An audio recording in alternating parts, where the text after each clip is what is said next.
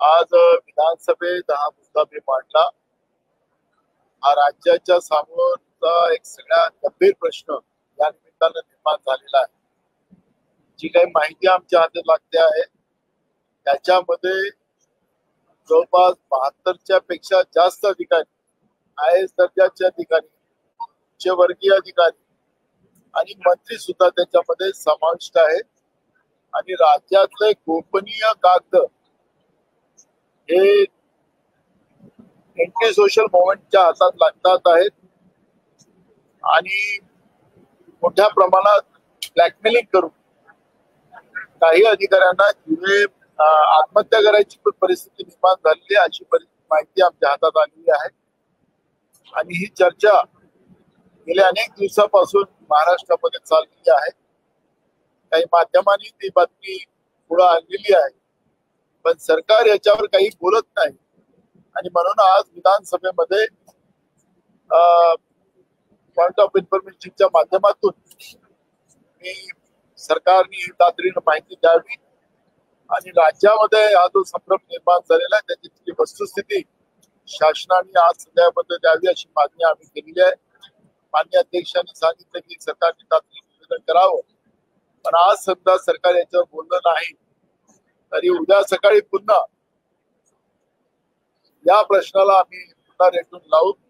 आणि हा जो हनी ट्रॅपचा जो मुद्दा आहे कारण की देश पातळीवर सुद्धा आपल्या संरक्षण खात्यामध्ये या पद्धतीचे हनी ट्रॅप झाले आणि त्याच्यामध्ये देशातली आपल्या संरक्षण विभागातली महत्वाची माहिती आपल्या दुश्मन देशाकडे गेलेली आहे। तसंच आता महाराष्ट्रातल्या या ज्या गोपनीय माहिती आहेत त्या कुणाकुणाजवळ पोहोचल्या आहेत, काय झालं आणि या सगळ्या गोष्टीची माहिती ही विधानसभेच्या सत्तामध्ये सरकारने मांडावी ही भूमिका आमची आहे।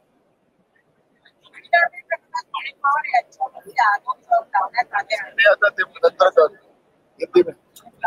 म्हणजे नागपूरमध्ये एका बँक कर्मचाऱ्याला विमा मिळावा यासाठी FIR त्यांनी त्या राष्ट्रीय बँकेत मराठीत दिला पोलिसांना, तर त्यांनी त्याचा विमा थांबवला।